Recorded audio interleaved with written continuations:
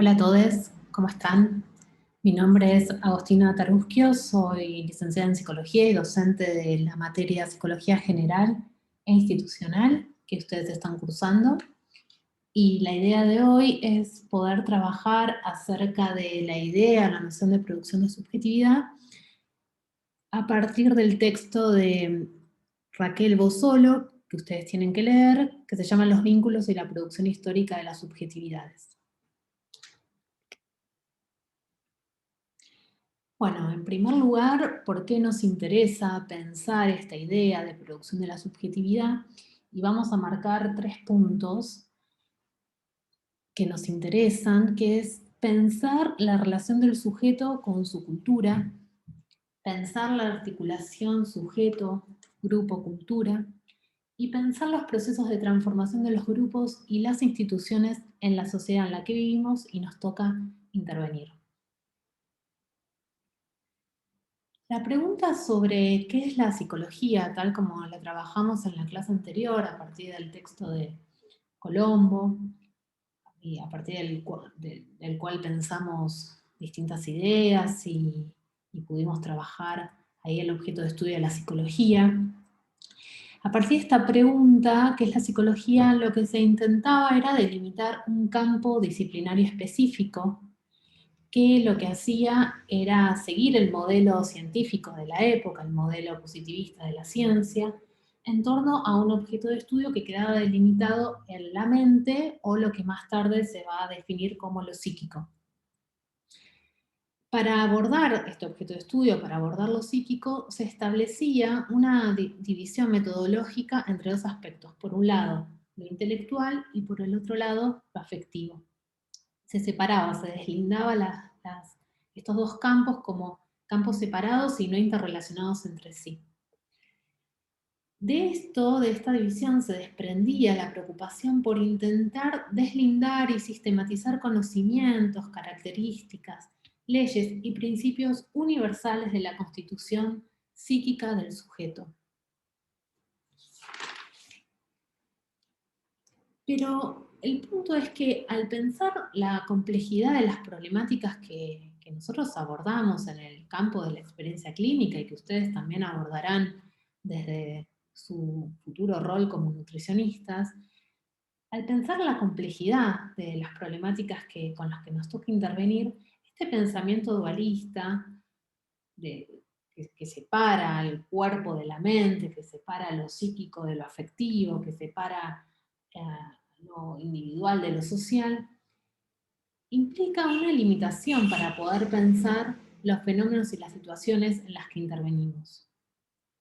Si lo individual subjetivo queda separado de lo histórico y social, se reduce la concepción de lo subjetivo a lo solamente psíquico, interno e individual.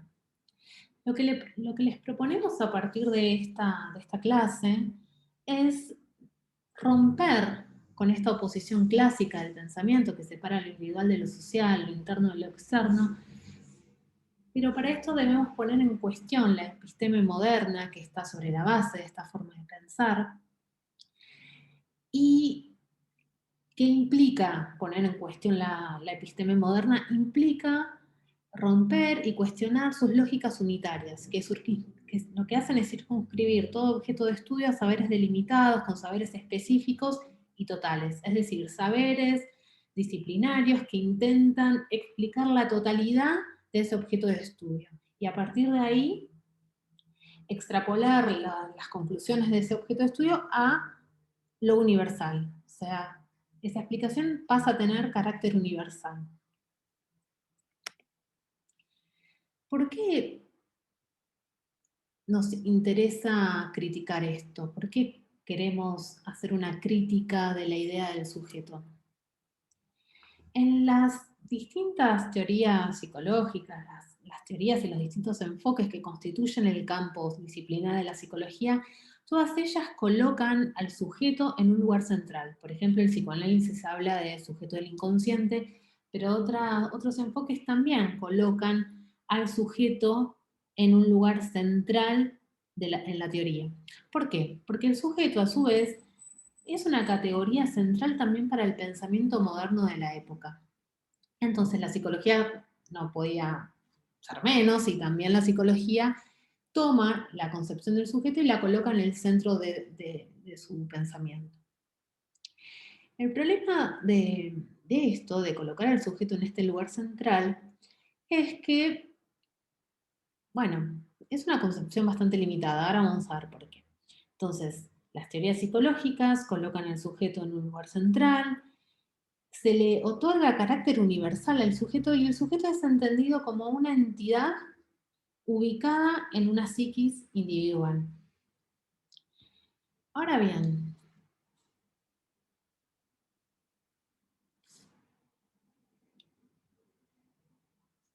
¿qué implica colocar al sujeto en el centro de la escena? Implica que a partir de esto la realidad se va a ordenar a partir de categorías dualistas. O sea, el pensamiento es un pensamiento dualista. La realidad se ordena y se concibe en términos antinómicos. Por ejemplo, si yo pienso la idea de sujeto, automáticamente se constituye la idea de objeto. ¿Sí? Sujeto y objeto como algo separado.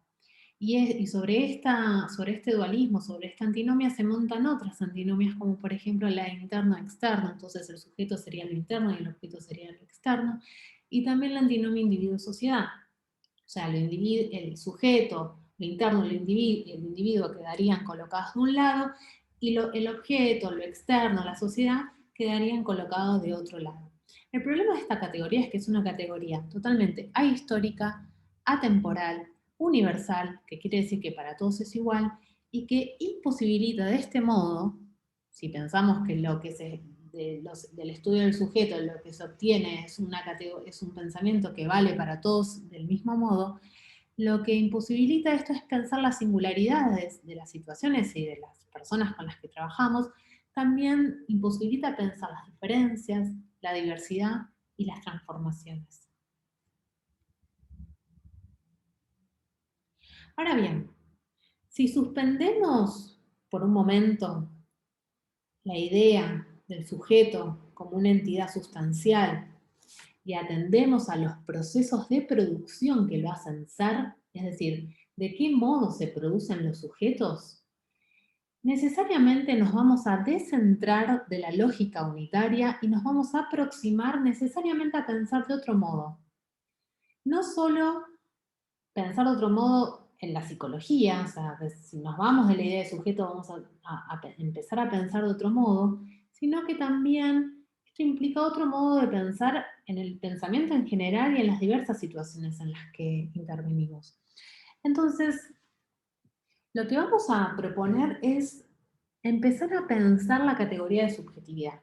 Pero para esto tenemos que diferenciarla de la categoría de sujeto, como la venimos trabajando, y también de la categoría de lo subjetivo, tal como lo explicábamos antes.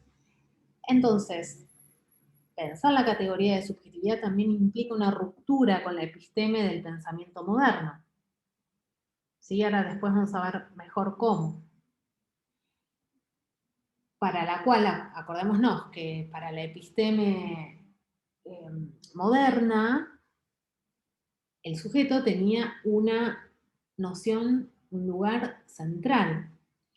Lo que vamos a intentar hacer es pensar desde otro lugar, que en el texto, y nosotros como cátedra también nos posicionamos en ese lugar. Pensar la categoría de subjetividad implica poder estudiarla desde un paradigma o desde la epistemología de la complejidad tal como la plantea Edgar Morin. Y también implica un abordaje transdisciplinario, es decir, que no alcanza solamente con los saberes de la psicología, como decíamos antes, que la psicología de algún modo se intentaba delimitar como campo de saber específico que estudiaba lo psíquico. Al desplazar e irnos a la idea de subjetividad, ya no nos alcanza solamente los aportes de la psicología, sino que también requerimos de los aportes del pensamiento contemporáneo, específicamente de la teoría social. Pero, ¿por qué criticamos la idea de sujeto? El problema es que la categoría de sujeto, la idea de sujeto tal como la venimos planteando, así entendida, constituye una categoría universal, ahistórica, que imposibilita pensar las diferencias, la diversidad, las transformaciones. Y al corrernos de esta noción, ¿sí?, lo que se accede es a poder pensar la diversidad de dimensiones que componen a los sujetos, individuales o colectivos, y la diversidad de dimensiones que componen a las situaciones en las que intervenimos. Imagínense que, de lo contrario, podríamos operar ciertos reduccionismos. Por ejemplo, si ante una situación o una problemática de consumo, solamente abordáramos esa problemática desde una única dimensión, como por ejemplo la conflictiva que ese sujeto puede tener con su familia o en su constitución psíquica. Entonces, si nos paramos desde un paradigma moderno, que es un paradigma de lo uno, lo que vamos a perder ahí es la multiplicidad de dimensiones que se encuentran operando y componiendo la situación que queremos abordar.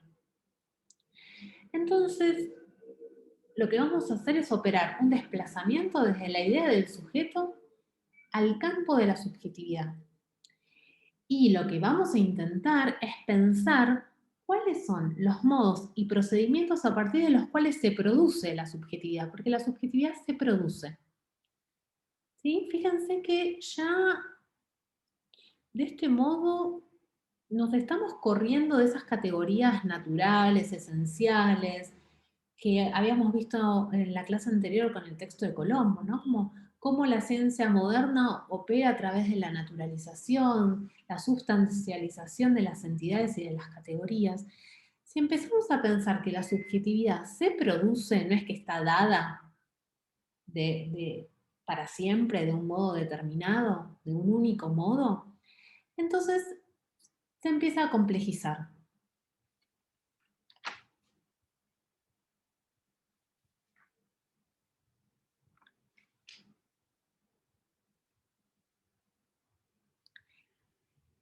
Como punto 2,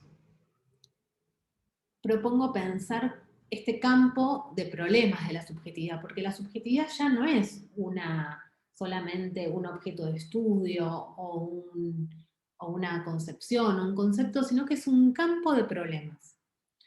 Es decir, que lo que nos permite pensar, desplazarnos hacia la categoría de subjetividad, es pensar todos los elementos heterogéneos que están conformando ese campo de estudio. Entonces, y además nos permite pensar cuáles son las formas de existencia de los sujetos en una cultura dada, que se producen esas formas de existencia por ciertas prácticas sociales que se conforman como dispositivos. Ahora esto ya lo vamos a ver con mayor profundidad, pero me interesa que retengan esto, que pensar la subjetividad como problema nos permite repensar o reflexionar acerca de las formas o de los modos en que existan los sujetos dentro de una cultura, y esa cultura está situada histórico y socialmente, y además las formas de existir de los sujetos dentro de esa cultura son producidas por ciertas prácticas que se dan, prácticas sociales que se dan dentro de esa cultura, y esas prácticas se conforman a partir de ciertos dispositivos. Sí, ahora ya vamos a complejizar y profundizar en esto, pero me interesa que retengan esta idea, ¿sí? Que las formas de existir de los sujetos, y los sujetos pueden ser pensados tanto individualmente como colectivamente, se producen en una cultura determinada.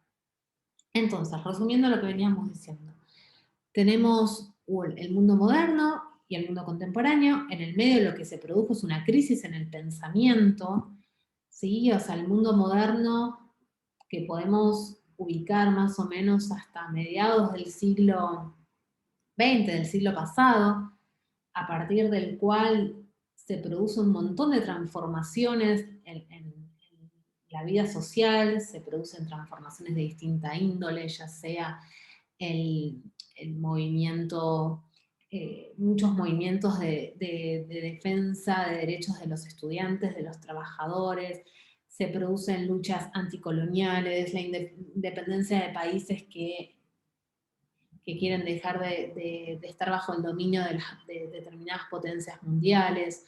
Se produce toda una serie de transformaciones en la vida y en el mundo que lo que hacen es que el modelo moderno de pensamiento ya no, con sus reduccionismos, con sus dualismos, con su forma de pensar, ya no alcanza para pensar la complejidad de los acontecimientos. Entonces se produce una ruptura epistemológica. Entonces pasamos de lo que se considera el mundo moderno al mundo contemporáneo. El mundo moderno está caracterizado por la episteme de lo uno. ¿Qué es el pensamiento de lo uno? Es pensar que todo lo que existe, todo lo que se estudia, se reduce a lógicas unitarias, que pueden quedar como unificadas. Por ejemplo, la idea de individuo como un ser indiviso, como algo que no se puede dividir. El grupo como unidad, como objeto de estudio. Distintas fenómenos se estudian solamente como si fueran una entidad unificada que entera, total, delimitada, que no entra en interacción con otras cosas y no es susceptible de ser transformada tampoco. En cambio, a partir de lo que decíamos, de todos los fenómenos que se fueron produciendo, de la necesidad de pensar de otro modo, en el mundo contemporáneo empezamos a pensar ya no tanto con la idea de lo uno que todavía tiene, como veíamos también en la clase pasada, todavía quedan como huellas de esa forma de pensar en en nuestras concepciones, en nuestros sentidos comunes, pero el mundo contemporáneo implica una ruptura con esa forma de pensar y empieza a pensar la idea de multiplicidad y la idea de complejidad. Es decir, que los fenómenos, todo lo que se aborda, los problemas, las problemáticas que se abordan o las situaciones que emergen, pueden pensarse como sistemas abiertos que pueden transformarse, por ende. ¿Sí? La idea de multiplicidad es una idea totalmente contraria a la idea de lo uno, es decir, que cualquier situación problemática puede pensarse como una multiplicidad de dimensiones que están operando y que se están poniendo en juego. A su vez, a partir de esta crisis de pensamiento cambia la forma de pensar la relación entre el sujeto y la cultura. Decíamos que en el mundo moderno la antinomia fundamental que está operando todo el tiempo y que llegan algunos restos hasta el día de hoy es pensar el individuo separado de la sociedad. Es decir, que existiría un mundo interno, que sería como un psiquismo puro, eso es lo que por ejemplo, puede constituir el objeto de estudio del psicoanálisis, un mundo interno separado del mundo externo. Es decir, esta concepción lo que implica es pensar a lo social como una exterioridad al individuo que lo influye y que lo modifica, pero separado del individuo. ¿Sí? El mundo interno y el mundo externo se excluyen. A lo sumo puede modificar, el mundo interno puede modificar el externo al interno, pero están separados. En cambio, con el mundo, en el pensamiento contemporáneo, a partir de la idea de complejidad y la idea de multiplicidad, ya no pensamos de este modo. Se intenta superar esta antinomia pensando la idea de los modos de subjetivación. ¿Esto qué quiere decir? Que ya no existe un mundo interno separado del mundo externo, sino que lo histórico y lo social es constitutivo de la subjetividad. O sea, no se puede concebir un proceso subjetivo sin lo histórico-social constituyéndolo. Existe un antecedente para pensar la idea de producción y porque acuérdense que a lo que vamos a intentar arribar es a la idea de producción de subjetividad y ese antecedente es Marx. Marx lo que afirmaba es que la sociedad humana se produce en la tarea de transformación de la naturaleza a través del trabajo. Y este trabajo lo que implica son relaciones de cooperación entre los hombres. ¿Por qué me interesa destacar no porque quiero que se vuelvan marxistas ni nada de todo eso, sino porque nos permite pensar que Marx, ¿qué es lo que dice? Que los hombres producen su propia vida, ¿sí? Y este proceso de producción implica sí o sí un proceso histórico. Fíjense que acá, de este modo, con la idea de proceso histórico, lo que comenzamos a hacer es a alejarnos de las concepciones naturalistas y esencialistas que traía el mundo moderno para pensar, para aproximarnos a pensar lo histórico-social como constitutivo de lo humano y lo social. ¿Sí? Entonces, lo que estamos tratando de poner en cuestión es las concepciones naturales, esenciales del sujeto, pensar el sujeto como una entidad natural, para poder comenzar a pensar a lo histórico y a lo social como constitutivo de esa subjetividad.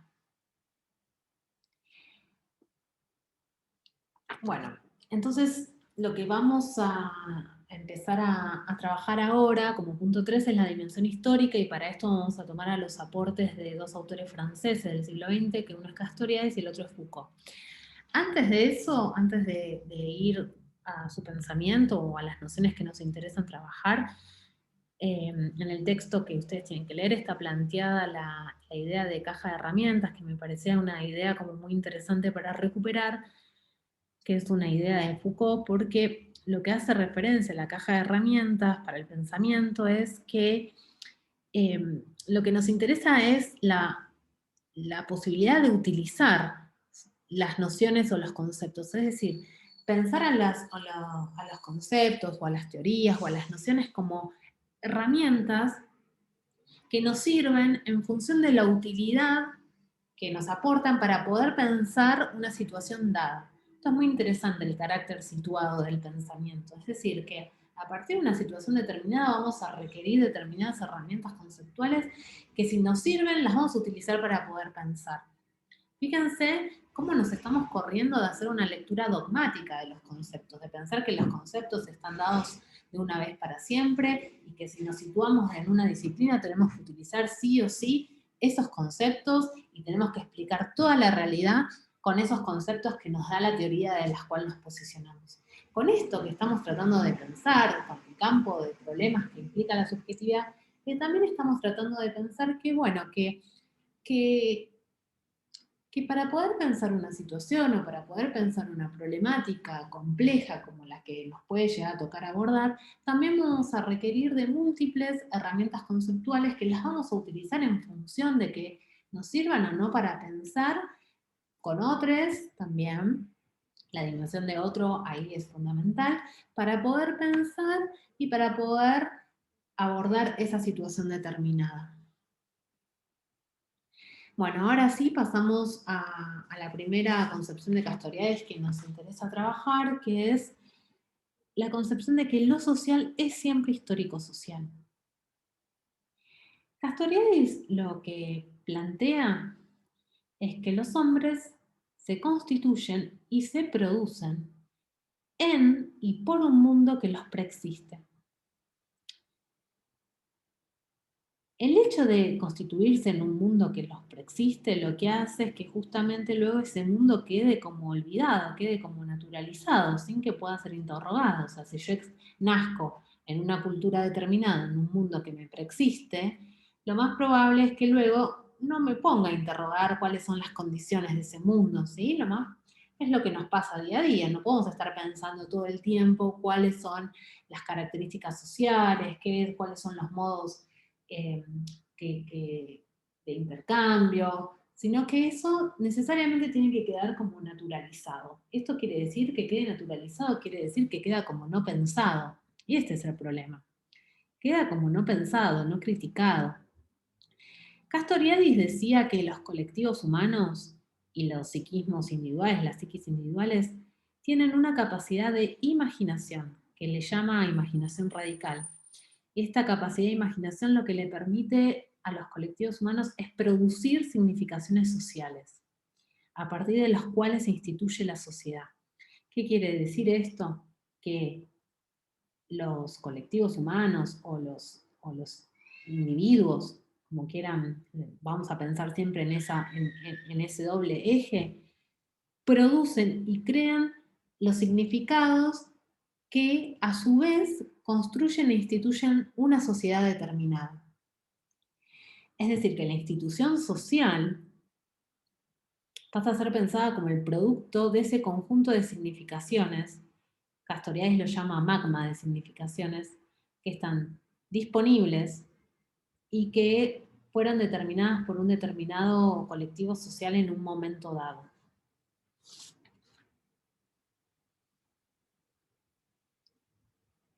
Siguiendo esta línea que nos propone Castoriadis, lo que podemos pensar es que las significaciones, los significados, son invenciones, no son naturales. Se crean, se producen. Los hombres las producen en una determinada situación histórica, constituyendo así un tipo de sociedad determinado. Es decir, que en cada época se instituye una forma del mundo y un tipo de sociedad a partir de la cual se constituye un modo de subjetividad, que lo que va a hacer es sostener a ese mundo y a esa sociedad. De este modo, lo que nos permite pensar el pensamiento de Castoriadis es que lo psíquico y lo social ya no son entidades dadas, naturales, que tienen como la misma categoría que los fenómenos naturales, ¿sí? Sino que lo psíquico y lo social son creados, son producidos, no pueden ser explicados como algo que se deriva de otro orden. Esta forma de pensar, Castoriadis la llama elucidación crítica.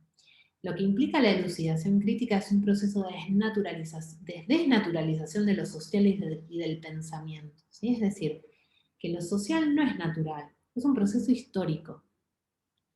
Se da, Castoriadis pone el acento de que son los mismos hombres, los mismos colectivos sociales los que producen sus significados y a partir de eso producen la sociedad y el mundo en el que viven. Castoriadis a esta elucidación crítica lo llamaba de un modo muy interesante, que es que el trabajo de la elucidación crítica lo que implicaba era pensar lo que los hombres hacen y saber lo que piensan. En el texto que ustedes tienen que leer se pone el ejemplo de la sociedad ateniense en la antigua Grecia, ¿sí? Se analiza la sociedad ateniense y el modo de ser de los sujetos de esa sociedad, que por supuesto no va a ser la misma que, por ejemplo, la sociedad medieval o la sociedad precapitalista, y mucho menos la sociedad actual, que es lo que nos interesa pensar. A lo largo de la historia existieron diversos tipos de sociedades, cada una con sus propias formas de organizarse, con sus propias leyes, con sus formas de participación, a los cuales, a esas formas de distintos tipos de sociedades, le correspondieron formas de subjetividad específicas.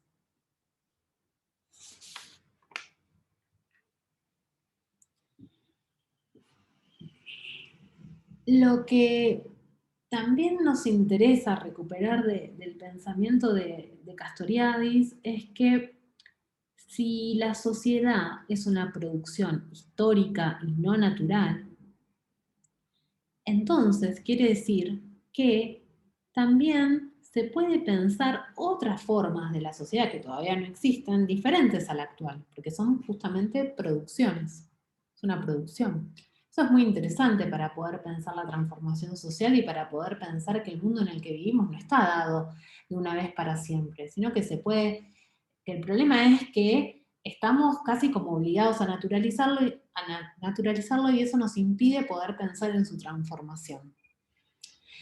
Entonces, esto nos lleva a pensar, que es el cuarto punto, con esto ya vamos a finalizar, el modo histórico de subjetivación. Esta es una idea que tomamos de Foucault, ¿sí? Que lo plantea hacia el final de su obra. Foucault no habla en toda su obra de subjetivación, sino que más hacia el final. Pero, digamos, cuando juntamos la dimensión histórica, tal como la venimos trabajando, con la noción de subjetividad, con la idea del proceso de producción, lo que obtenemos es la idea de modo histórico de subjetivación.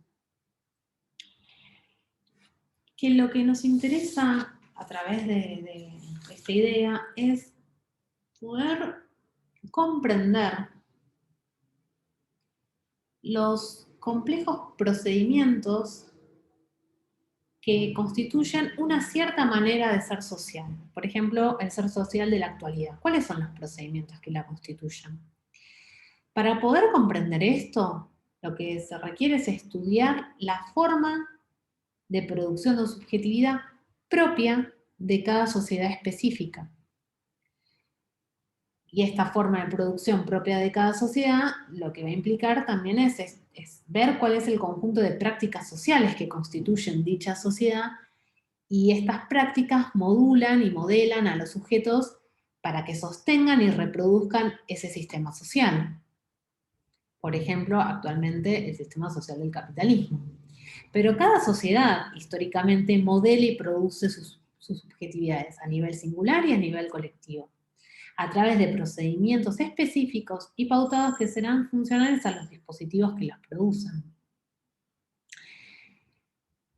La idea, así como planteamos que el pensamiento de Castoriadis lo que hacía era permitirnos pensar como otros modos de sociedad, lo interesante de pensar los modos históricos de subjetivación es que como las subjetividades justamente se producen, del mismo modo que la sociedad se produce, la subjetividad se produce, entonces esto nos permite pensar otros modos de subjetividad, otras formas de existencia de los sujetos, otras formas, otros modos de existir, por fuera de los dominantes, por fuera de los históricamente determinados, nos permite pensar nuevas formas de subjetividad con mayores márgenes de libertad que se instituyen como formas sociales nuevas y que permiten poner a jugar márgenes de transformación en la vida.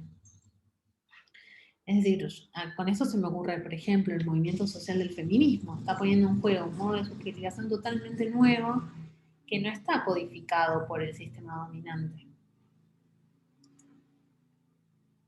Por último, lo que nos interesa poder trabajar en relación a